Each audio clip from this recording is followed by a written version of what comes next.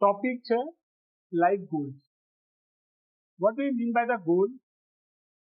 Goal એટલે શું ખબર છે? ગોલ એટલે શું એમ બહુ ઘણી વાર સાંભળ્યું હશે, ઘણી વખત સાંભળ્યું છે, જોવું પડે છે કે ગોલ સેટિંગ, ગોલ હોવો જોઈએ, હાલ ઘણું બધું. સો છે શું આ ગોલ ખબર છે? જે બી આઈડિયા હોય, કઈ આઈડિયા છે about the goal? Any idea regarding the goal in your mind, in your brain, in your knowledge? કઈક છે? Yes? Yeah. Yeah. Yes. Yes, yes, exactly. Very nice. કે કોઈ એડમિશન લેવું છે, કે કોઈ પોઝિશન પર પહોંચવું છે, કે કલેક્ટર બનવું છે, કે આઈપીએસ બનવું છે, કે કંપની સ્ટાર્ટ કરવી છે, કે લાઈક ધેટ કોઈ પણ હોય છે. Very nice. એના સિવાય બીજું કંઈ?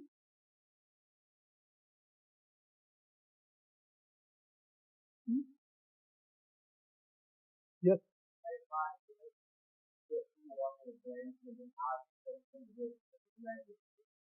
લાઈફ ગોલ એટલે આ અચીવ કર્યું એટલે બધું જ આવી ગયું, એના સિવાય કઈ છે જ નહીં જીવનમાં. એવું કોઈ છે કે આ અચીવ હું કરી લઈશ એટલે મારી જિંદગી હવે પૂરી, હવે મારી બીજું કઈ જોઈતું નથી એમ, એવું એક સ્ટેપ છે? એ છે જ નહીં. યસ. પણ તમે એમ વિચારી લો કે મારે એડમિશન લેવું છે આઈઆઈટીમાં કે એનઆઈટીમાં કે એમઆઈટીમાં, પણ ત્યાં પહોંચી ગયા એ અચીવ થઈ ગયું, પછી ત્યાં તમારી જિંદગી પૂરી. તો મતલબ એવું છે કે આ જો મને મળી જાય તો બધું જ આવી ગયું. એનો મતલબ શું કે ત્યાં પહોંચી જઈએ પછી મારી લાઈફ એન્ડ. તો એવું કોઈ એક વસ્તુ છે નહીં ઇન ટર્મ્સ ઓફ મેં લાઈફમાં વાત કરું છું, જિંદગીના ટર્મ્સમાં હું વાત કરું છું, એવી કોઈ એક પર્ટિક્યુલર વસ્તુ છે નહીં. For a time being the importance of the thing is different. દરેક સમયે દરેક વસ્તુનું ઇમ્પોર્ટન્સ અલગ અલગ. તમે સ્ટુડન્ટ છો તો તમારો ગોલ કંઈક અલગ છે, હું એઝ અ પ્રોફેસર છું તો મારો ગોલ કંઈક અલગ છે, કોઈ બીજો છે કંપની સ્ટાર્ટ કરે છે તો એનો કંઈક ગોલ અલગ છે. દરેકના ગોલ અલગ અલગ છે, પણ કયા ટાઈમે તમે છો, કયા ટાઈમ ઝોનમાં છો, તો ટાઈમ ડિફાઇન કરે છે કે તમારો ગોલ શું. ઓકે, પણ હું આજે એક ગોલની વાત નથી કરવાનો. તમારો એકેડમિક ગોલ હોઈ શકે, પ્રોફેશનલ ગોલ હોઈ શકે, લાઈફ ગોલ હોઈ શકે, સોશિયલ ગોલ હોઈ શકે, ફાઇનાન્શિયલ ગોલ હોઈ શકે, ઘણા બધા ગોલ હોય છે. એટલે મેં ટાઇટલ આપ્યું છે લાઈફ ગોલ, જિંદગીના ગોલની વાત થઈ ગઈ. ઓકે, તો એના પહેલા હું શરૂ કરતા પહેલા મારા ગોલ આર ઇમ્પોર્ટન્ટ. ગોલ કેમ મહત્વનું છે જીવનમાં?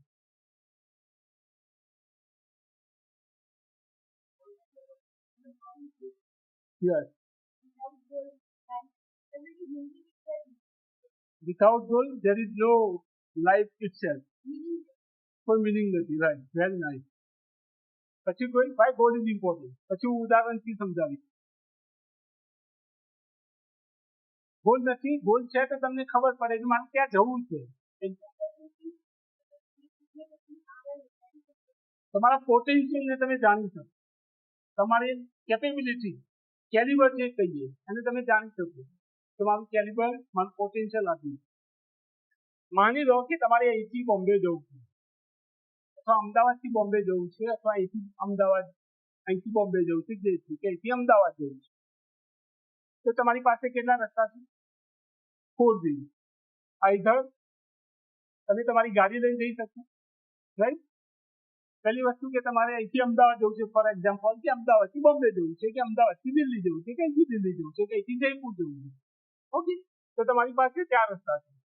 પહેલો ઓપ્શન છે તમે તમારી ગાડી લઈને જઈ શકો, રાઈટ. સેકન્ડ ઓપ્શન છે તમે બાય બસ જઈ શકો. થર્ડ ઓપ્શન છે by rail. Okay, fourth option by plane. Right. આ 4માંથી તમને જે ઠીક લાગે છે, તમને જે કન્વિનિયન્ટ છે, એ કોઈ એક સિલેક્ટ કરો છો અને તમે તમારા ડેસ્ટિનેશન જ્યાં છે અમદાવાદ હોય તો અમદાવાદ, બોમ્બે હોય તો બોમ્બે, જયપુર હોય તો જયપુર, દિલ્હી હોય તો દિલ્હી, તમે જાઓ. રાઈટ? આ ચારમાંથી કોઈ એક, આના સિવાય કોઈ ખરું? કોઈ કહેશે ચાલીને જઈ શકું છે, યુ કેન, પણ મેં અહીંયા મૂક્યું નથી, એ તમે જઈ શકો, યુ કેન. ઓકે, પણ આ ચારમાંથી તમને જે અનુકૂળ છે, કન્વિનિયન્ટ છે, તમે સિલેક્ટ કરશો ને, તમે તમારા ડેસ્ટિનેશન પર પહોંચશો. રાઈટ? પણ માની લો કે તમને ખબર જ નથી ક્યાં જવું, you don't know your destination. તમે અહીંથી પાલનપુરના બસ સ્ટેશન કે રેલવે સ્ટેશન જાઓ છો, બસ સ્ટેશનમાં બસમાં બેસી ગયા, ટાઇટલ વાંચ્યું નહીં અને તમે બસમાં બેસી ગયા, કંડક્ટરને કહો છો કે મને ટિકિટ આપો. કંડક્ટર શું પૂછશે? ક્યાં જવું? પહેલું શું પૂછશે? ક્યાં જવું છે, ક્યાંની ટિકિટ લેવી? તમે એમ કહો કે ખબર નથી સાહેબ, જેની આપવી હોય આપી દો. What will happen? શું થશે? તમે એમ કહ્યું કે મને ખબર નથી, જ્યાં જે ટિકિટ હોય તમે મને આપી દો. થશે શું? What will happen? ઉતારી દેશે. પછી તમે એમ કહો છો કે જે સ્ટેશનની આપવી હોય આપી દો. કંડક્ટર શું કરે? મેક્સિમમ જે સ્ટેશને બસ જતી છે અને તમે અફોર્ડ કરી શકતા હશો એટલે પૈસા છે તમારી પાસે, તો મેક્સિમમ સુરત હશે તો સુરત, રાજકોટ હશે તો રાજકોટ, વલસાડ હશે તો વલસાડ, આ બાજુ ઉદયપુર, આબુ, જે ડેસ્ટિનેશન છે મેક્સિમમ એન્ડ ત્યાંની ટિકિટ આપશે. યસ ઓર નો? કહેવાનો મતલબ કે તમને ખબર જ નથી તો તમે શું કરશો? હવે માની લો કે તમારે સુરત ઉતરી ગયા કે રાજકોટ ઉતરી ગયા, પછી ખબર નથી ક્યાં જવું છે, કયા એરિયામાં જવું છે, તો ફરી પાછી સિટી બસ કે ફરી પાછી કોઈ મેટ્રો ટ્રેન કે ફરી પાછું કોઈ રિક્ષા કે ઓટો કે જે તમે ઈચ્છા થઈ પકડી, જ્યાં લઈ જવો હોય ત્યાં લઈ જાઓ. આ પૈસા જ્યાં લઈ જવો લઈ જાય. શું થશે? ઓટો વાળો ગોળ ગોળ ગોળ ગોળ તમને ફેરવ્યા જ કરશે.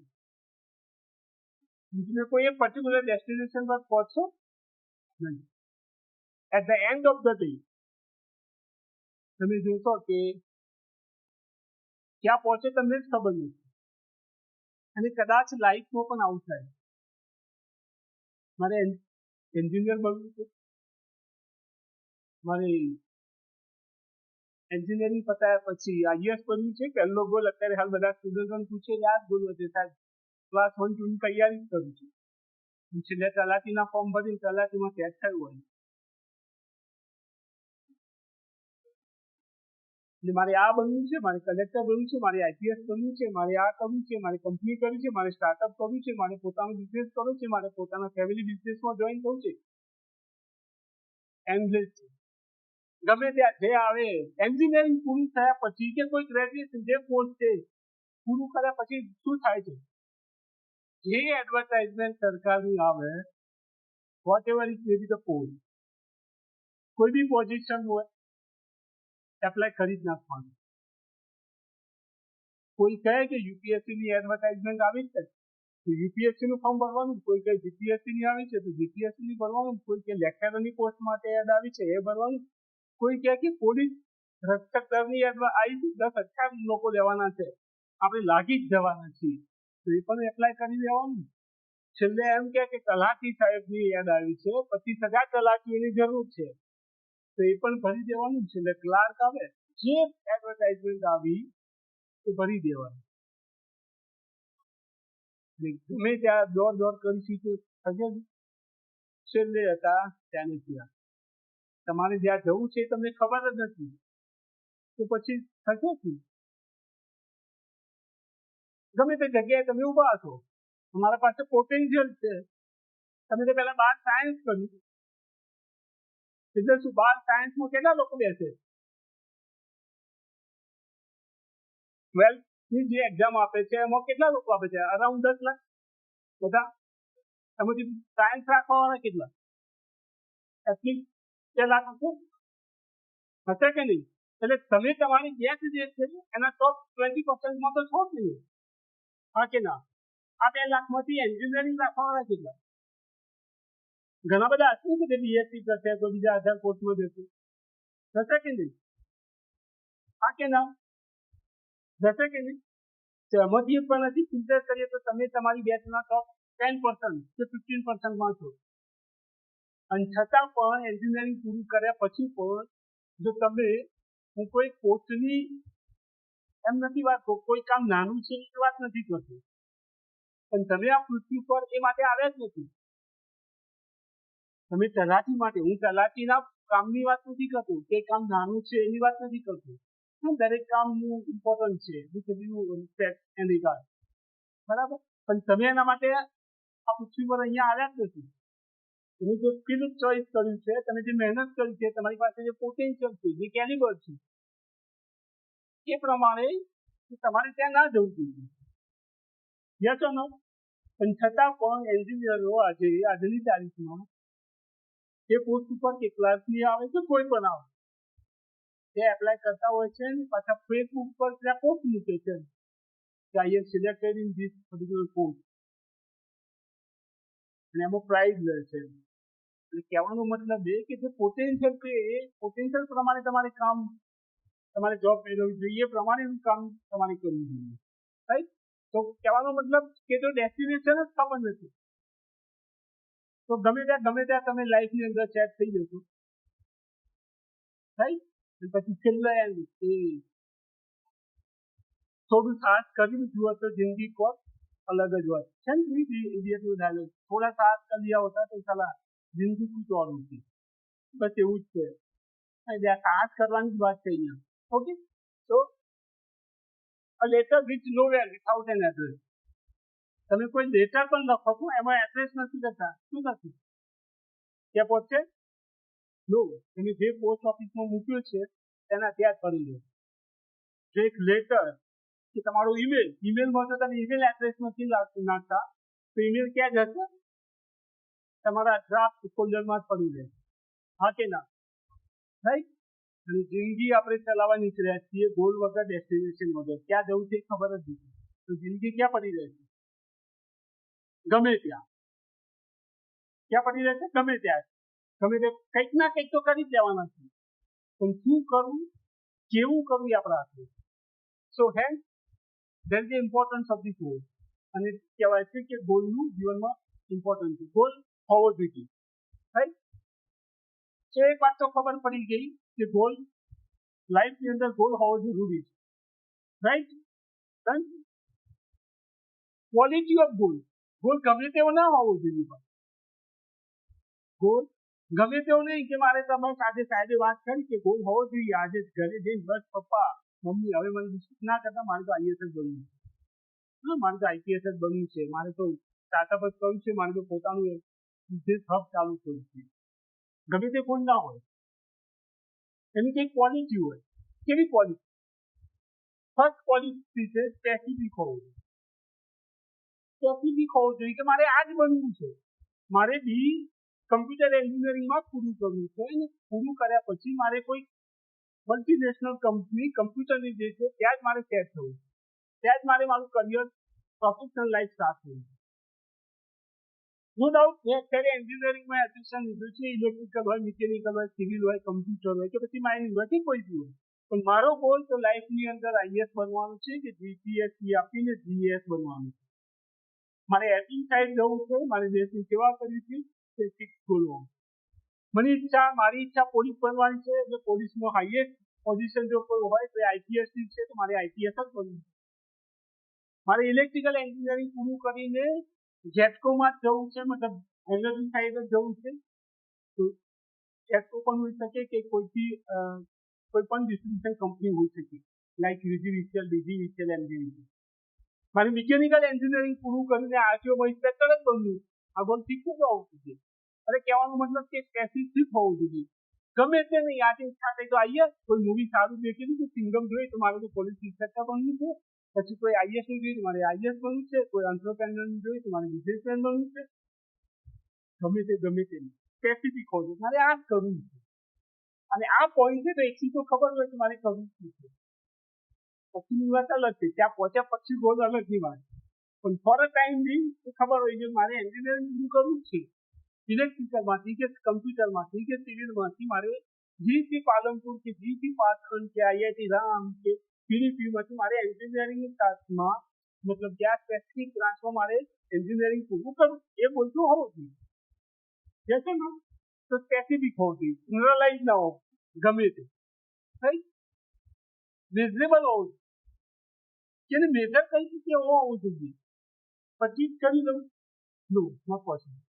મારે 4 વર્ષમાં જ એન્જિનિયરિંગ પૂરું કરવું છે પણ મારે એન્જિનિયરિંગ જે પૂરું કરવું છે એમાં આટલા સીપીઆઈ સાથે કે આટલા પર્સન્ટેજ સાથે પૂરું કરવું એવું કંઈક મેઝરમેન્ટ પેરામીટર હોવું જોઈએ કે મારે આ સબ્જેક્ટમાં આટલા માર્ક્સ લાવવા છે, જનરલ નહીં કે મારે આટલા મારે તો પાસ થઈ ગયું છે, મારે તો બસ સબ્જેક્ટ પૂરો કરવું છે.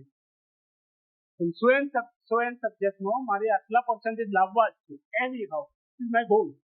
આ સેમિસ્ટરનું કે આ વર્ષનું મારો આ ગોલ છે કે મારે આ સબ્જેક્ટમાં મારે આ સેમિસ્ટરમાં આટલા સીપીઆઈ કે એસપીઆઈ કે સીજીપીએ લાવવા છે, તે મેઝરેબલ હોવું જોઈએ. Second quality.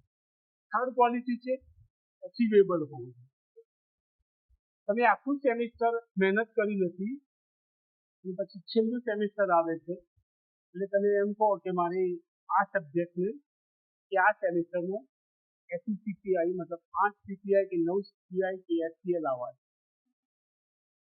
તમે આખું સેમિસ્ટર મહેનત કરી નથી, છેલ્લે 80% લાવવા છે 12 સાયન્સમાં કે 10મામાં કે એન્જિનિયરિંગમાં, તો પોસિબલ છે? એ તમારા માટે અચીવેબલ જ નથી. પણ ત્યાં એક જગ્યાએ તમે એમ કહો કે હવે મેં આખું સેમેસ્ટર કે આખું વર્ષ મહેનત નથી કરી પણ હવે છેલ્લો સમય બાકી છે, મહિનો એક બાકી છે, તો હું પાસ થઈ જાઉં બસ તો સારું છે. એટલી મહેનત કરી કે 60% આવી જાય તો જેથી હું મારો આ જે કોર્સ છે જે આ સેમેસ્ટર છે એ પૂરું થઈ જાય તો એ યોગ્ય છે. પણ આખું સેમેસ્ટર મહેનત કરી નથી પછી છેલ્લે એમ કહો કે મારે તો 80% લાવવા છે તે પોસિબલ નથી, તમારા માટે અચીવેબલ નથી. તો ગોલ કેવો હોવો જોઈએ? અચીવેબલ પણ હોવું જોઈએ. ફોર્થ છે રિયાલિસ્ટિક પણ હોવું જોઈએ. તમે આખું સેમેસ્ટર રખ્યા છો અને છેલ્લે એમ કહો કે મારે તો ગોલ્ડ મેડલ લાવવો છે, યુનિવર્સિટીમાં ફર્સ્ટ લાવવો છે, શક્ય છે? રિયાલિસ્ટિક જ નથી, તમારી કેપેસિટી જ નથી. દરેક સ્ટુડન્ટની દરેક વ્યક્તિની કેપેસિટી અલગ અલગ, પણ તમે જો ગોલ ડિફાઇન કરો કે મારે ગોલ્ડ મેડલ લાવવો છે, યુનિવર્સિટી ફર્સ્ટ લાવવો છે, બોર્ડમાં પહેલો નંબર લાવવો છે, પણ તમારો પાસ્ટ રેકોર્ડ એવું કહે છે કે તમે માંડ 50-60% લાવ્યા છો, તો એ કેસમાં તમે ગોલ્ડ મેડલ મેળવી શકો એ પોઝિશનમાં જ નથી. એટલે કે રિયાલિસ્ટિક પણ ગોલ હોવો જોઈએ. અને છેલ્લો છે ટાઈમ બાઉન્ડ. ટાઈમ બાઉન્ડનો મતલબ કે મારે 4 વર્ષમાં જ એન્જિનિયરિંગ પૂરું કરવું, 8 વર્ષમાં કે 5 વર્ષમાં કે 6 વર્ષ કે 7 વર્ષમાં નહીં.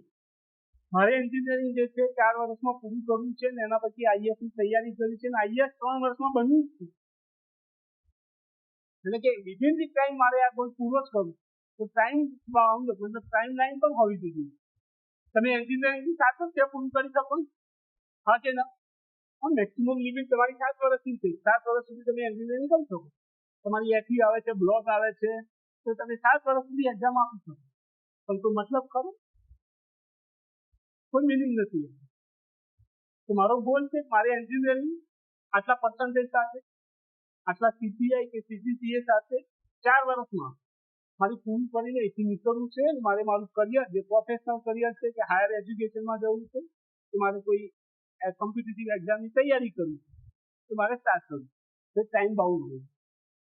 તો જે બી તમે ગોલ ડિફાઇન કરો એ ગોલમાં આ ક્વોલિટી હોવી જોઈએ. સ્પેસિફિક હોવું જોઈએ, મેઝરેબલ હોવું જોઈએ, અચીવેબલ હોવું જોઈએ, રિયાલિસ્ટિક હોવું જોઈએ. છેલ્લું છે ટાઈમ. એને કહે છે સ્માર્ટ ગોલ, SMART, સ્માર્ટ. તમારો ગોલ કેવો હોવો જોઈએ? સ્માર્ટ. એ કહેવાનો મતલબ કે તમારા ગોલમાં આટલી ક્વોલિટી હોવી જોઈએ. રાઈટ? કહીએ કે સ્ટુડન્ટની quality, what are the qualities of the student? સ્ટુડન્ટની ક્વોલિટી શું હોય? ટાઈમસર આવવું જોઈએ, એન્ડ સુધી લેક્ચર એટેન્ડ કરવા જોઈએ, અસાઇનમેન્ટ ટ્યુટોરિયલ જે હોમવર્ક આપવામાં આવે એ ટાઈમસર સબમિટ મતલબ પૂરું કરી દેવું જોઈએ. ઓકે, રેગ્યુલર ક્લાસમાં આવવું જોઈએ, બંક ના મારવું જોઈએ, એટેન્ડન્સ સારી હોવી જોઈએ, આ બધું જ છે. એવી જ ક્વોલિટી છે ગોલની, કે ગોલમાં આ ક્વોલિટી હોવી જોઈએ. તો બે વસ્તુ સમજ્યા કે ગોલ કેમ જરૂરી છે અને ગોલની ક્વોલિટી શું છે. Right. Now let's talk about the life goal. So what are your life goals? છેલ્લા એક છે આપણે એક્સરસાઇઝ કરી 5 કિલો લાઈફ ગોલની હું વાત કરું. Not only goal, how to set the goal is a quite different thing. કે ગોલ કેવી રીતે સેટ કરવું, કેવી રીતે અચીવ કરવું, એ આખો એક અલગ ટોપિક છે. પણ what are your life goal, લાઈફના ગોલ શું શું હોય એની વાત છે. પહેલો ગોલ શું હોય લાઈફના ગોલ શું શું હોય? સોરી, સક્સેસફુલ બનવું. સાચી વાત છે, સક્સેસફુલ. પણ in terms of what? Successful એટલે શું? આપણે ક્યાંક સક્સેસની ડેફિનેશન રીડિફાઇન કરવાની જરૂર છે. આપણે શીખ્યા ત્યારે શું બન્યું? સક્સેસફુલ બનવું છે એનો મતલબ શું? In terms of what? Yes. Well set life. What does it mean? Well set life. પૈસા. પછી ઓનલી પૈસા?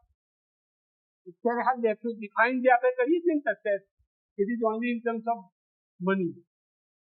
In terms of money only well. અત્યારે જે સોસાયટીમાં, સમાજમાં આપણે જે ડિફાઇન કરીએ છીએ કે સક્સેસફુલ બનવું છે, સફળ થવું છે, એક જ પેરામીટર છે આપણી પાસે, પૈસા. પછીના બધા જ પેરામીટર આપણે ભૂલી જઈએ. પછી વાત કરી છે એના ઉપર. લાઈફ ગોલની વાત આવે, સફળ થવું છે, પણ કઈ બાબતની? આ કહીએ છીએ વેલ સેટ લાઈફ. એટલે શું વેલ સેટ લાઈફ? વેલ સેટ લાઈફ એટલે શું? સફળ એટલે શું? સફળતા એટલે શું? સફળ થવું કે વેલ સેટ લાઈફ મેળવવી કે પ્રાપ્ત કરવી કે અચીવ કરવી, એનો મતલબ એક જ વસ્તુ નથી કે પૈસાઓ.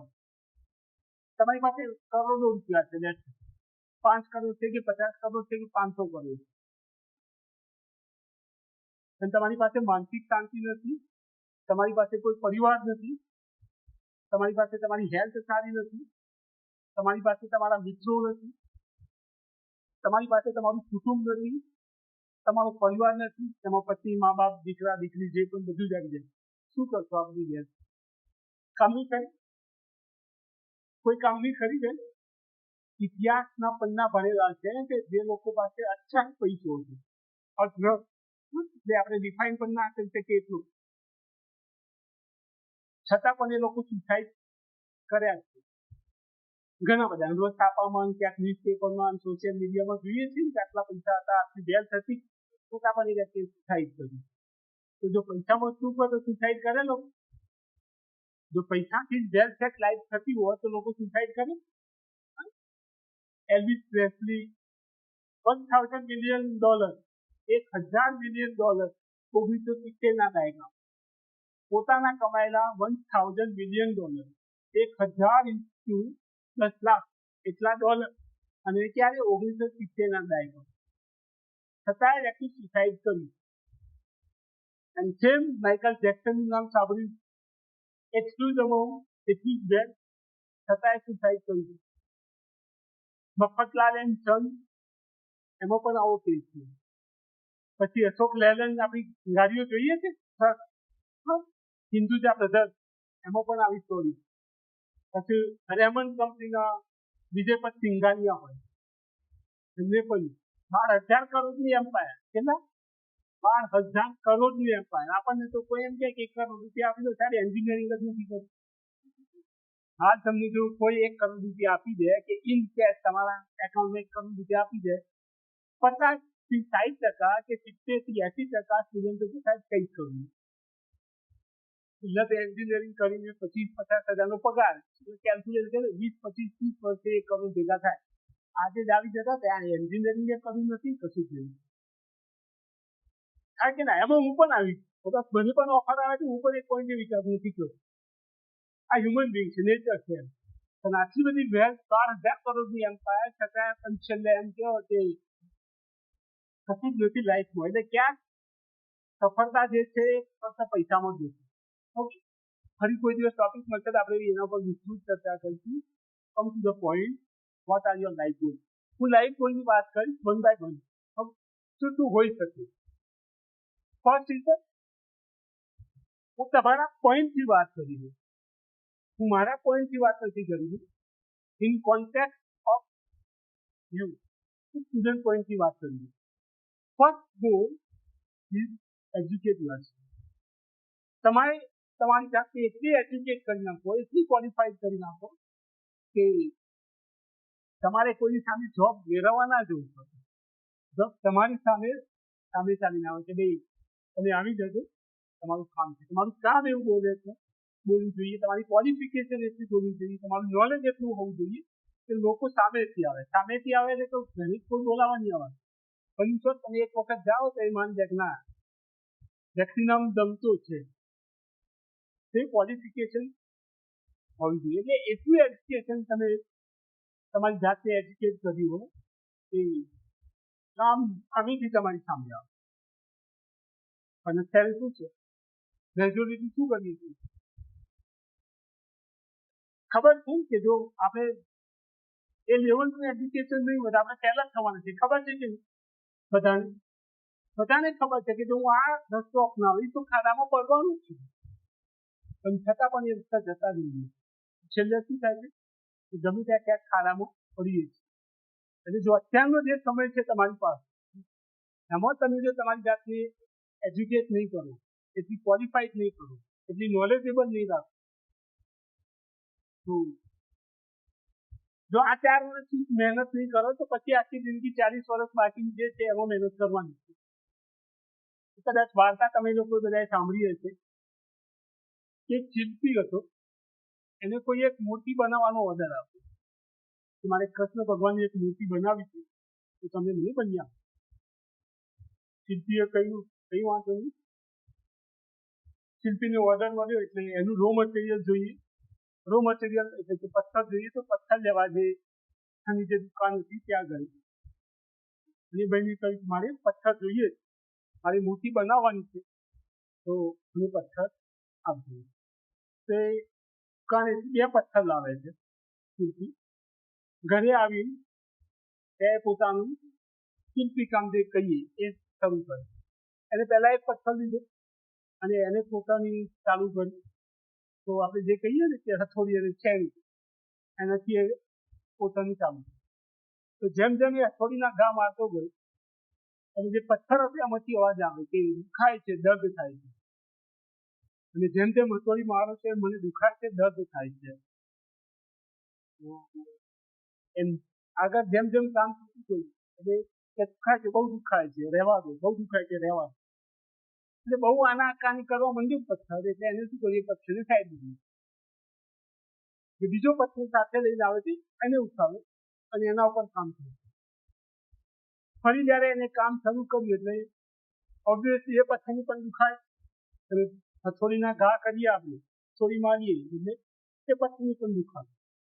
તો શિલ્પી એવું બોલે કે તેનું દુખાય છે, તને તકલીફ થાય છે, તને વેદના થાય છે. તો બીજો પથ્થર બોલ્યો કે હા દુખાય છે, તકલીફ પણ થાય છે, પણ તમે તમારું કામ ચાલુ રાખો, હું આ દર્દ સહન કરી દઈશ, તમે તમારું કામ ચાલુ રાખો. તો શિલ્પી એનું કામ ચાલુ રાખ્યું અને થોડા સમય પછી એ પથ્થર જે હતો એક મૂર્તિમાં કન્વર્ટ થયો. પછી જ્યારે જે વ્યક્તિએ ઓર્ડર આપ્યો એ વ્યક્તિ લેવા આવે તો શિલ્પીને કહ્યું કે તમારી મૂર્તિ ક્યાં છે, રેડી છે? શિલ્પી કે હા, તમારી જે ઓર્ડર પ્રમાણે તમે જે મૂર્તિ બનાવવાનું કહ્યું છે મેં બનાવી છે, રેડી છે, તમે લઈ જજો. તો એ ભાઈ એ મૂર્તિ લઈને ચાલતા થયા. જેવા રસ્તે એમના જે વર્કશોપ કે જે કામ કરવાની જગ્યા હતી ત્યાંથી નીકળતા હતા, ત્યાં જે પહેલો જે પથ્થર હતો જે દર્દ સહન નથી કરી શકતું એ પડે છે. એના ભાઈ બોલ્યા કે આ પથ્થર જો તમે કહેતા હોય તો હું લઈ જાઉં. શિલ્પીને કહ્યું કે જો તમને પરમિશન આપો તો આ પથ્થર પણ હું લઈ જાઉં. પરમિશન હોય તો તમારી મંજૂરી હોય તો કીર્તિ બોલ્યો કે વાંધો નહીં, લઈ જાઓ આ પથ્થર, આને મારે કઈ કામનું છે, તમે તો લઈ જઈશું. તો ભાઈ એક મૂર્તિ અને આ જે પહેલો પથ્થર જે હતું એ બંને લઈને આવ્યા ઘરે. એમને જે મૂર્તિ હતી એ મંદિરમાં મસ્ત એની જે જગ્યા હતી ત્યાં મૂકી દીધી, અને આ જે પથ્થર હતું જે દર્દ સહન નથી કરી શકી એને ક્યાં મૂકી? મંદિરના આગળના ભાગ. થયું એવું કે જ્યારે કોઈ પણ દર્શનાર્થી દર્શન કરવા માટે આવે તો દર્શન કરે પછી શું કરીએ છીએ આપણે? શ્રીફળ, બરાબર, શ્રીફળ ધરાવીએ. તો શ્રીફળ ધરાવવા માટે શું કરે? એ પથ્થરનો ઉપયોગ કરે. એટલે ફરી પાછું શ્રીફળ આપણે વધારીએ, ચડાવીએ એટલે શું કર્યું થાય? દર્દ થવાનું. એટલે પેલા ભાઈને તો ફરી પાછું જેવું શ્રીફળ પડે એટલે દર્દ થાય. એટલે અહીંયા દર્દ થાય એ જોઈને અંદરની મૂર્તિ હતી તો આ પથ્થર બોલે કે મને અહીંયા તકલીફ થાય છે, મને અહીંયા દુખાય છે, મને અહીંયા વેદના થાય છે, તું હસે છે. પછી જે મૂર્તિએ જે જવાબ આપ્યો બહુ સાંભળવા જેવું છે. મૂર્તિએ કહ્યું કે જો પહેલા દર્દ સહન કર્યું હોય તો આજે દર્દ સહન કરવાનો વારો ના આવે. જો પહેલા તકલીફ વેઠી હોય તો આજે આ તકલીફ વેઠવા સહન કરવાનો સમય ના આવે. એટલે એ જ આપણી લાઈફમાં કે તમારી લાઈફમાં રિલેટ થાય. જો તમારા જે એકેડમિક પાન જે છે, તમારો જે ભણવાનો જે સમયગાળો છે, શૈક્ષણિક જે સમયગાળો, એ સમયગાળા દરમિયાન જો તમે તકલીફ નહીં લો તો એના પછી પાછળની જે લાઈફ છે એ બધી લાઈફમાં તમારે દર્દ સહન કરવા પડશે, તકલીફો લેવી પડશે. હવે ચોઈસ તમારા હાથમાં છે કે પહેલા 4 વર્ષ કે 5 વર્ષ સહન કરવું છે કે પાછળથી બાકીની જે સ્ટેજ જિંદગી વધે છે 40, 50, 60 જે પણ હોય એ સહન કરવું છે તમારા હાથમાં. પહેલો ગોલ આવે છે તમારો એજ્યુકેટ યોરસેલ્ફ. તમારી જાતને એટલી એજ્યુકેટ કરી લો કે પાછળની જિંદગી જે છે બધી શાંતિથી. રાઈટ? લાઈફનો પહેલો ગોલ શું હોય? એજ્યુકેશન. રાઈટ? એજ્યુકેશન તમે લઈ લીધું પછી શું આવે? Then what next? તમે ભણી લીધું, તમારે જેટલું ભણવું હતું, પછી શું આવે? યસ, કરવાનું. એટલે તમે ક્યાં તો નોકરી કરશો, ધંધો કરશો. Yes, okay. સેકન્ડ આવે છે સ્ટાર્ટ યોર પ્રોફેશનલ કરિયર. પછી તમારે શું કરવું? તમે જે એજ્યુકેશન લીધું છે, જે ક્વોલિફિકેશન છે તમારી પાસે, બેઝડ ઓન ધેટ તમારે શું કરવાનું છે? તમારું પ્રોફેશનલ કરિયર સ્ટાર્ટ કરવાનું છે. એ નોકરી હોઈ શકે, કે તમારું પોતાનું બિઝનેસ શરૂ કરવાની વાત છે તો એ હોઈ શકે, કે પછી કોઈ નવો ઇનોવેટિવ આઈડિયા છે તમારી પાસે, એના બેઝ પર કોઈ સ્ટાર્ટઅપ શરૂ કરવું છે તે પણ હોય છે. તો પહેલો ગોલ છે એજ્યુકેશન, ક્વોલિફિકેશન, એના પછી આવે છે પ્રોફેશનલ કરિયર. તમે જે એજ્યુકેશન છે એ બેઝ ઉપર પ્રોફેશનલ કરિયર કરો. તો પ્રોફેશનલ કરિયરની જ્યારે વાત આવે ત્યારે બે skill important. Two skills are most important in the professional. One is the I have mentioned also. One is the hard skill and second one is the soft skill. કોઈ idea છે કોઈ hard skill અને soft skill? આના ઉપર આપણે એક seminar કરી શકીએ. હું બહુ ડીપમાં નહીં જઈશ, જેટલું જરૂરી છે એટલું છે. પ્રોફેશનલ કરિયરની વાત આવે જે બે સ્કિલ આવે છે, એક છે હાર્ડ સ્કિલ, સેકન્ડ છે સોફ્ટ સ્કિલ. હાર્ડ સ્કિલ એટલે તમે જે એજ્યુકેશન લીધું છે, જે ફિલ્ડમાં તમે અભ્યાસ કર્યો છે, જે વિષયનો તમે જે અભ્યાસ કર્યો છે, જે વિષયના તમે નિષ્ણાત બન્યા છે, એ વિષયનું જે નોલેજ હોય એને કહે છે હાર્ડ. તમારું ટેકનિકલ નોલેજ જે છે, engineering, computer, electrical, mechanical, civil, તો એ કહે છે હાર્ડ. બાકી આવે છે સોફ્ટ. બતાવું છું. હાર્ડ સ્કિલ એટલે તમારું ટેકનિકલ સ્કિલ હોઈ શકે, તો ટેકનિકલમાં છો તો બેઝિક કમ્પ્યુટર સ્કિલ આવે, તમે બેઝિક કમ્પ્યુટર વિશે કંઈક જાણો, એટલે તમે જો એજ્યુકેશન લીધું હોય, તમે થોડો અભ્યાસ કર્યો ગ્રેજ્યુએટ લેવલે, તો કમ્પ્યુટર સ્કિલ આવી જાય બેઝિક. બરાબર, હું માસ્ટર થવાની વાત નહીં, પણ બેઝિક કમ્પ્યુટર તમે ઓપરેટ કરતા હોય તો બેઝિક કમ્પ્યુટર સ્કિલ હોઈ શકે. પ્રેઝન્ટેશન સ્કિલ આવી જાય, પીપીટી કઈ રીતે પ્રેઝન્ટ કરવી, કઈ રીતે પ્રેઝન્ટ કરવું એ પણ આવી જાય. અમુક ટીમ મેનેજમેન્ટ, તમે નાના પ્રોજેક્ટ કરાવવા ગ્રુપમાં તો ટીમને કઈ રીતે મહેનત કરવી એ પણ તમારી હાર્ડ સ્કિલમાં આવી, તમે અભ્યાસ કર્યો જ હોય એટલે એ પણ આવી જાય. ડિઝાઇન, તમે કોઈ ડિઝાઇન ટોપિક લીધો હોય તો કઈ ડિઝાઇન કર્યું હોય તમારા ફિલ્ડના રિલેટેડ તો ડિઝાઇન સ્કિલ પણ આવી જાય. કસ્ટમર સર્વિસ સ્કિલ, કેવી રીતે હેન્ડલ કરવા કસ્ટમરોને, એટલે તમે તમારા ગ્રુપમાં તમારા બીજા ગ્રુપ મેમ્બર જે છે એને કેવી રીતે હેન્ડલ કરવા એ બેઝ ઉપર તમને આપણને આવડી ગયું હોય. લીડર સ્કિલ, લીડરનો રોલ કઈ રીતે નિભાવો, કોલેજ હોય લાઈફ હોય, એજ્યુકેશન લાઈફ હોય, એકેડમિક લાઈફ હોય તો દરેક બધી ઇવેન્ટો ચાલતી જ હોય તો ક્યાંક ના ક્યાંક લીડરનો રોલ પ્લે કર્યો હોય તો લીડરશીપ સ્કિલ પણ આવી જાય. છેલ્લા સ્ટ્રેસ મેનેજમેન્ટ, એક્ઝામનો ફિયર જે હોય, જે ટેન્શન હોય એ પણ તમે સહન કર્યું એટલે સ્ટ્રેસ મેનેજમેન્ટ પણ તમને અમુક અંશે ખબર હોય તો આ હાર્ડ સ્કિલ. પણ સાથે સાથે આપણે એવું માનીએ છીએ કે આ હાર્ડ સ્કિલ હશે મારી પાસે તો જ હું પ્રોફેશનલ કરિયરમાં સફળ થઈશ. પ્રોફેશનલ કરિયરમાં સફળ થવા માટે હાર્ડ સ્કિલ જ જરૂરી છે એવું આપણે માનીએ. જ્યારે તમારી એકેડમિક લાઈફ છે, તમે જ્યારે ભણો છો ત્યાર સુધી અભ્યાસ કરો છો એ દરમિયાન તમારે આ સ્કિલ ઉપર ફોકસ કરવું જોઈએ, આ સ્કિલ જ અભ્યાસ કરવી જોઈએ 80%, જ્યાં 90% કહું છું સ્કિલ. પણ જ્યારે તમે એકેડમિક પૂરું કરો છો અને પ્રોફેશનલ કરિયર શરૂ કરો પછી ઇક્વેશન રિવર્સ થઈ જાય. પછી આ સ્કિલની કદાચ 20% કે 25% જ જરૂર. પછી જે જરૂરી છે, મોસ્ટ ઇમ્પોર્ટન્ટ છે, 80% ઇમ્પોર્ટન્ટ છે એ છે તમારી સોફ્ટ સ્કિલ. સોફ્ટ સ્કિલમાં છે કમ્યુનિકેશન સ્કિલ, તમે કેવી રીતે તમારો વાત વ્યવહાર કરો એ, તમારું ટીમવર્ક સ્કિલ, તમે તમારી જે ટીમ જે છે એને કેવી રીતે બાંધીને રાખો છો અને બીજા સાથે કામ કરવું એ ટીમવર્ક સ્કિલ.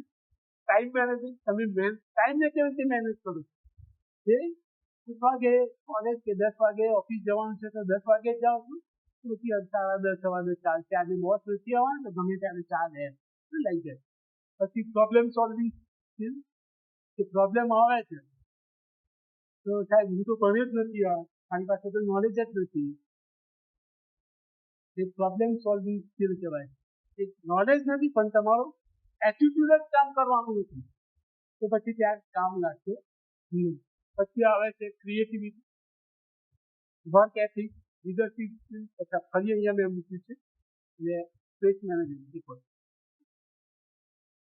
એક ઉદાહરણ આપું, માની લો કે તમે તમારી કંપની શરૂ કરી છે, તમારી બિઝનેસના તમારો પોતાનો બિઝનેસ છે.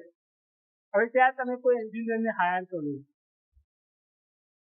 એની પાસે ટેકનિકલ નોલેજ ખતરનાક છે, જબરજસ્ત ટેકનિકલ નોલેજ છે, અને એને વાત કરતા નથી આવડતું, એ બધા સાથે ઝઘડા કર્યા કરે છે, એ કસ્ટમર સાથે પણ એકદમ થર્ડ કક્ષામાં વાતચીત કરે છે. જો જે એની નીચે જે સ્ટાફ કામ કરે છે એની સાથે પણ એને વાત કરતા નથી આવડતી, એની ટીમ વર્ક બરાબર છે નહીં, એનો એટીટ્યુડ તો બોગસ છે. જો બધી ક્વોલિટી હશે તો તમે એને રાખશો?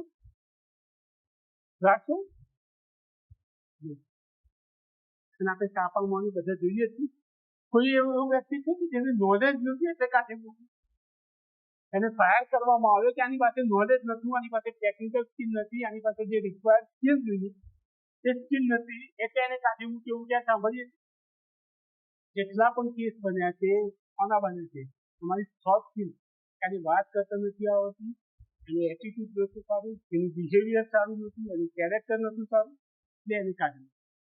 કોઈ જગ્યાએ કોઈ ન્યૂઝપેપરમાં કે કોઈ ન્યૂઝ ચેનલમાં કે કોઈ મીડિયામાં એવું ક્યાંય મેં સાંભળ્યું નથી કે તમે પણ નહીં સાંભળ્યું કે આને નોલેજ નથી એટલે કાઢી મૂકી. એવું ક્યાં સાંભળ્યું છે તમે? નહીં. ક્યાંક ને ક્યાંક લોચો આવે છે તો કેરેક્ટરનો, ક્યાંક ને ક્યાંક જો પ્રોબ્લેમ છે તે તમારા એટીટ્યુડનો, બિહેવિયરનો, મેનેજમેન્ટ સ્કિલનો. તો આ બધી સ્કિલના કારણે જ તમને ફાયર કરવામાં આવે છે, તમને હાયર કરવામાં આવે છે તમારી હાર્ડ સ્કિલના કારણે. તમને કંપની હાયર કરશે કોના કારણે? તમારી હાર્ડ સ્કિલના કારણે. તમારી પાસે ટેકનિકલ સ્કિલ છે, તમારી પાસે ક્વોલિફિકેશન છે, તમારી પાસે પર્સન્ટેજ છે, તમારી પાસે સારું એવું નોલેજ છે તો તમને હાયર કરશે કંપની. પણ તમે ફાયર કરવા માટે તો હાર્ડ સ્કિલની જરૂર નથી. તમને ફાયર એટલે કાઢી મૂકવા માટે તો શું જોઈએ? સોફ્ટ સ્કિલ જ આવે. તમને કે મને કે કોઈ પણ વ્યક્તિને જો કાઢી મૂકવો એના પાછળ એક જ કારણ છે, એ હશે સોફ્ટ સ્કિલ. કોઈ જગ્યાએ ટેકનિકલ સ્કિલ કે ક્વોલિફિકેશન કે નોલેજ ના કારણે કોઈને કાઢી ફાયર કરવામાં આવતા નથી. એટલે પ્રોફેશનલ કરિયર શરૂ થાય એટલે બંનેનું જે રેશિયો છે રિવર્સ થઈ જાય છે. પછી ત્યાં સોફ્ટ સ્કિલ 80% જરૂરી છે કે 90% જરૂરી છે, અને ટેકનિકલ સ્કિલ કે તમારી હાર્ડ સ્કિલ એ ફક્ત 10 થી 20% જરૂરી છે. એટલે કહેવાનો મતલબ એ કે હાર્ડ સ્કિલ પણ જરૂરી છે. તમારા એકેડેમિક તમારું જે છે અત્યારે તમારો ભણવાનો સમય છે તો હાર્ડ સ્કિલ ઉપર ફોકસ કરવું જોઈએ, અને 10-20% જે સમય છે એમાં સોફ્ટ સ્કિલ ઉપર ફોકસ કરવું જોઈએ. અને પછી સિનારીઓ રિવર્સ થઈ જશે.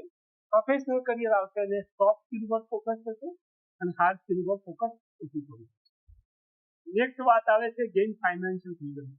તમારી પાસે જબરજસ્ત નોલેજ છે, તમે ગોલ્ડ મેડાલિસ્ટ છો તમારા ફિલ્ડનું, તમે તમારું કરિયર શરૂ કર્યું કે બિઝનેસ કરો કે નોકરી કરવી છે, ફ્રી ઓફ કોસ્ટ કરશો?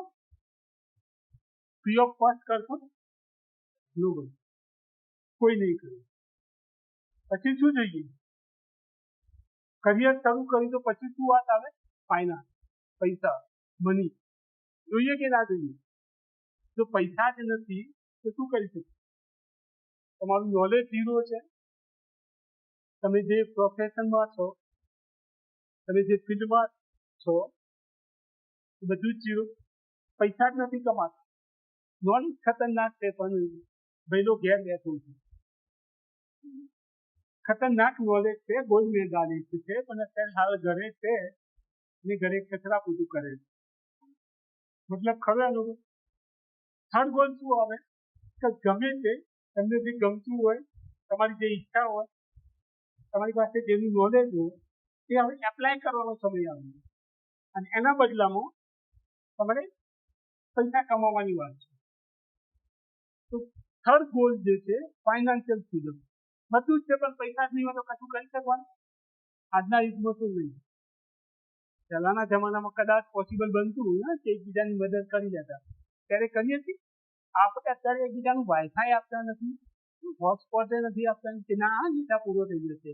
અનલિમિટેડ ડેટા છે પણ આપણે ભાઈ નહીં, હા એમાં લિમિટ મૂકીએ 100 MB થી વધારે નહીં.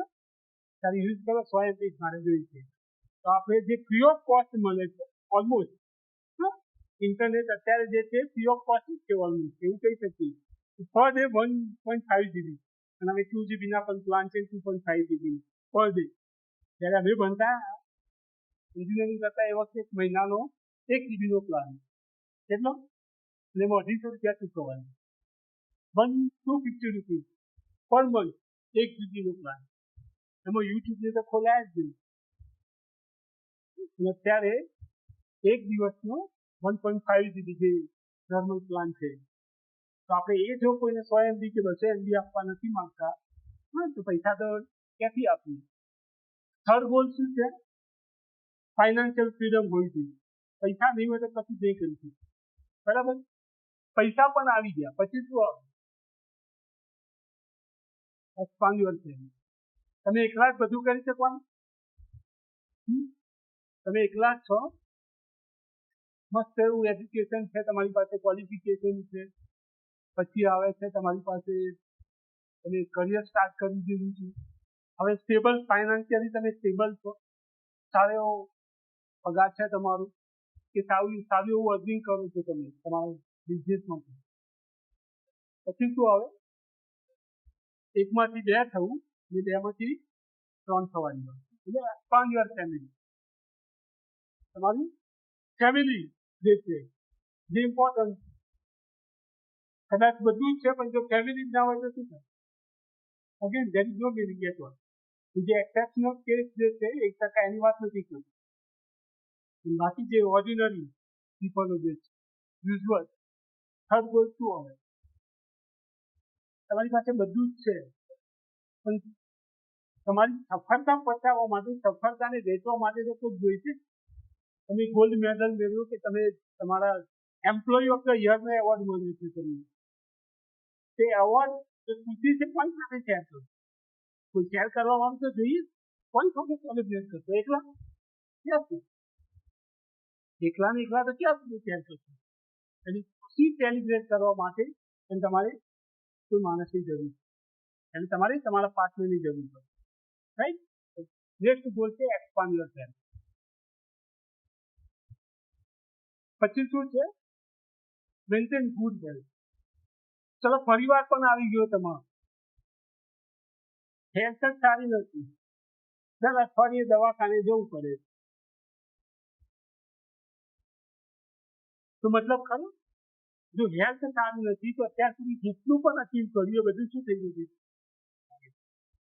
એટલે કે હેલ્થ જે છે શું છે? મલ્ટિપ્લિકેશનમાં છે, પ્રોડક્ટમાં છે. અત્યાર સુધી જે પણ અચીવ કર્યું એના મલ્ટિપ્લિકેશનમાં છે. તો તમારી હેલ્થ પણ સારી હોવી જોઈએ.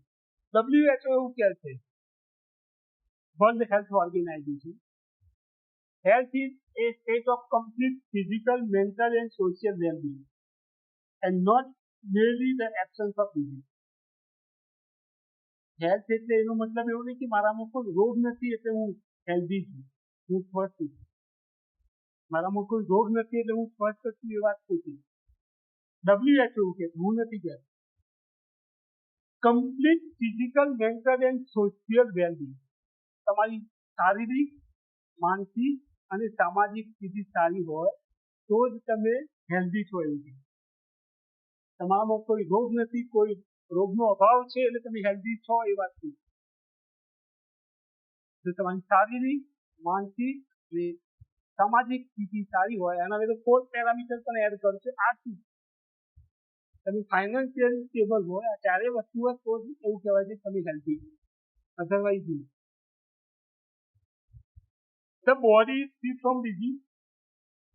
શરીરમાં કોઈ રોગ ના હોય, and all the organs of the body are working smoothly and harmoniously. શરીરમાં કોઈ રોગ ના હોય અને શરીરના બધા જ અંગો તાલમેલથી કામ કરતા હોય તો તમારી શારીરિક સ્થિતિ સારી છે એવું કે કોઈ રોગ નથી અને બધા જ અંગો તાલમેલથી સુસંગતતા સાથે તાલમેલ સાથે કામ કરે છે તો તમારી શારીરિક સ્થિતિ સારી છે એવું કહેવાય. સેકન્ડ છે, may your mind be free from stress, anxiety and full of enthusiasm for the life. એટલે કે તમારું મન તણાવ અને ચિંતા મુક્ત હોય, મનમાં કોઈ ચિંતા ના હોય, કોઈ ટેન્શન ના હોય, કોઈ સ્ટ્રેસ ના હોય અને જિંદગી પ્રત્યે ઉત્સાહ હોય તો તમારી માનસિક સ્થિતિ સારી છે. અને થર્ડ આવે છે, a person has a good relation with others. અન્ય વ્યક્તિઓ સાથેના તમારા સંબંધો જો સારા હોય તો તમારી સામાજિક સ્થિતિ સારી છે. અને જો આ બધી જ આવે તો જ એવું કહેવાય કે તમે હેલ્ધી છો. તમારી પાસે તમે જીમમાં જાઓ છો, જબરજસ્ત ફિઝિકલ ફિટનેસ છે, બોડી છે, સારી બાબત છે, 33% તમે સ્વસ્થ છો. પણ જરૂરી નથી કે માનસિક સ્થિતિ અને સામાજિક સ્થિતિ સારી હોય.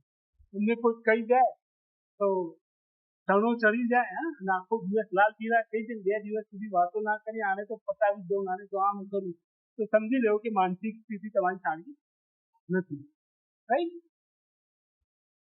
માનસિક સ્થિતિ પણ સારી છે, શારીરિક સ્થિતિ પણ સારી છે. તમને કોઈ કહી જાય કે તમને કોઈ ફીડબેક આપે, તમે એમને પોઝિટિવ લો છો, બધું સારું છે, જરા પણ વિચારતા નહીં, ટેન્શન થતું નથી, તો 2 વસ્તુ સારી છે. તો 7.7 એટલે અરાઉન્ડ 67% તમે હેલ્ધી છો. પણ તમારે અન્ય વ્યક્તિઓ સાથે, તમારા જેટલા બી મિત્ર વર્તુળ છે, તમારા સગા સંબંધીઓ સાથેના સંબંધો છે, બધા એવું કહે છે કે આ તો પુતળા જેવું છે, તો સમજી લેવું કે તમારી સામાજિક સ્થિતિ સારી નથી, એટલે તમે 33% હેલ્ધી નથી, એટલે વાસ્તવિક હેલ્ધી તમે હેલ્ધી નથી, રાઈટ? એટલે આ બધું જ હોય તો જ તમે સ્વસ્થ છો. એટલે નેક્સ્ટ ગોલ છે તમારી હેલ્થ સારી હોય. હેલ્થ એટલે શારીરિક સ્થિતિ નહીં, એમાં માનસિક પણ આવી ગઈ અને એમાં સોશિયલ પણ આવી ગઈ, રાઈટ? પછી આવે ગુડ રિલેશનશીપ. હેલ્થ આવી ગઈ પછી તમારું ગુડ રિલેશન, તમારા નેટવર્ક, તમારા સગા સંબંધીઓ સાથેનું રિલેશન પણ સારું હોવું જોઈએ. તમારું નેટવર્ક સ્ટ્રોંગ હોવું જોઈએ, તમારા કોન્ટેક્ટ પણ સારા હોવા જોઈએ, ગમે તે સાથે ઝઘડા ના કરવા જોઈએ. બસ એક તારક મહેતામાં આવે છે ને, પોપટલાલનું કેરેક્ટર, તમે એવા તો એટલીસ્ટ ના જ હોવા જોઈએ. જોયા છે ને બધા તારક મહેતા? પોપટલાલ ગમે તેની સાથે વિરોધ થાય તો 50 રૂપિયા મેન્ટેનન્સ વધારવાની વાત આવે તો પણ ઝઘડો, જો સોસાયટીમાં કચરો પડ્યો તો પણ ઝઘડો, ક્યાંક તે બીજી બાબત આવે તો એમને બોલાવે ના સોડા પીવા તો પણ ઝઘડો. દરેક બાબતમાં દરેક સાથે ઝઘડા કરી નાખીએ એવું વર્તન ના હોવું જોઈએ. એટલે એકબીજા સાથે સ્ટ્રોંગ રિલેશનશીપ હોવી જોઈએ. અને સ્ટ્રોંગ રિલેશનશીપ હોય, સારા સંબંધો હોય. તમને તમારો દીકરો હોય ને આખો દિવસ થાક્યા હોય, અહીંથી ઘરે જાઓ તો એકદમ થાકેલા, એકદમ એનર્જી બેઝ, ઘરે જાઓ છો અને 2 ગામ મૂકી દીધી, મમ્મી કે શું થયું, બોલે જ નહીં, કંટાળી કે કંટાળ્યું છું, વાત જ ના કરતી, જબરજસ્ત થાકી છું, આપી જ ના મારા રૂમમાં. પછી મિત્રનો એક ફોન આવે છે કે જલ્દી નીચે આવ, હું ગાડી લઈને કે બાઇક લઈને કે ટુ વ્હીલર લઈને કે એક્ટિવા લઈને આવું છું, આપણે બહાર જવાનું છે, બધા ભેગા થયા છે. શું થશે પછી? શું થશે? ખતરનાક એનર્જી આવે છે કે નથી આવે? હા, અને એવું પીઝા ખાવા જવાનું છે, જલ્દી આવી જાય નીચે, ફટાફટ હું 2 મિનિટમાં આવીશ. તો કદાચ 1.5 મિનિટમાં તમે નીચે ઉભા તો ફરી ફોન કરતા ક્યાં પહોંચ્યું ને, હું તો આવી ગયું છું. થાય છે કે નહીં? તો એનર્જી ક્યાંથી આવે? રિલેશનનો પ્રતાપ, સ્ટ્રોંગ રિલેશનશીપ હોય તો એ શક્ય છે. એટલે કહેવાનો મતલબ કે તમારા રિલેશનશીપ કે જે સંબંધો છે એ સ્ટ્રોંગ હોવા જોઈએ, તમારા મિત્રો એટલા સારા હોવા જોઈએ. કહેવાય છે ને કે એટલી ખભે માથે મૂકીને રોઈ શકીએ એવા એટલા મિત્રો તો હોવા જોઈએ. 2 મિત્રો એવા રાખો કે જેની માથે ખભે આમ માથું મૂકીને રડી શકીએ, રડવા માટે 2 મિત્રો તો હોવા જોઈએ એટલીસ્ટ, એવું કહે છે. એટલે સ્ટ્રોંગ સંબંધી રિલેશનશીપ હોવું જોઈએ. એના ઘણા બધા ફાયદા છે. ઊંઘ સારી આવે, સેલ્ફ એસ્ટીમ તમારું ઇમ્પ્રુવ થાય, સ્ટ્રેસ લેવલ ઓછું થઈ જાય. આખા દિવસનો સ્ટ્રેસ હોય અને સાંજે ફોન આવે કે આપણે તો ફરવા જવાનું છે, થાક ઉતરે છે કે નહીં, ટેન્શન છે જરાય નહીં, એ સ્ટ્રોંગ રિલેશનશીપ નો પ્રતાપ એટલું હોવું જોઈએ. Never stop learning. નેક્સ્ટ આવે છે લર્નિંગ બંધ ના થવું. શીખના બંધ તો જીતના બંધ, શું કહેવાય? શીખના બંધ તો જીતના બંધ. નો અર્નિંગ, સોરી, નો લર્નિંગ નો અર્નિંગ. અર્નિંગ નથી, સોરી, લર્નિંગ નથી તો અર્નિંગ નથી. શીખના બંધ તો જીતના બંધ. એટલે શીખવાનું કદી બંધ નહીં કરવું. તમે આપણને અત્યારે તો એવું છે કે મેં તો એન્જિનિયરિંગ કરી લીધું છે, હવે તો હું કામ કરું છું, મારે 1 લાખ રૂપિયા પગાર છે, હવે ક્યાં શીખવાનું જરૂર? શીખવાનું બંધ તો આગળ પ્રોગ્રેસ બંધ. તો પાછા કઈ છેલ્લે પૂરું કર્યું. મારો એક મિત્ર છે,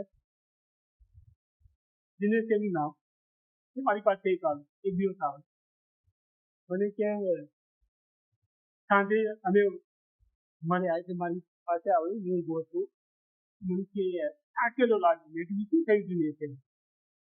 કે યાર કંપનીમાં કઈ પગાર મળતો નથી, કંપની મને પગાર જ આપતી નથી, શું લેવાનું? 20,000 પગારમાં તો શું લેવાનું? શું થાય? યાર તું ખોટું કેમ બોલે છે? તો કે કેમ યાર, મને કંપની 20,000 પગારમાં તો શું થાય? આજની દિવસમાં જ્યાં 200, 250 રૂપિયાના તો રિચાર્જ થતા હોય, ઘરમાં 3-4 ફોન હોય, 1000 રૂપિયા તો રિચાર્જમાં જાય છે દર મહિને. 20,000 પગારમાં શું થાય?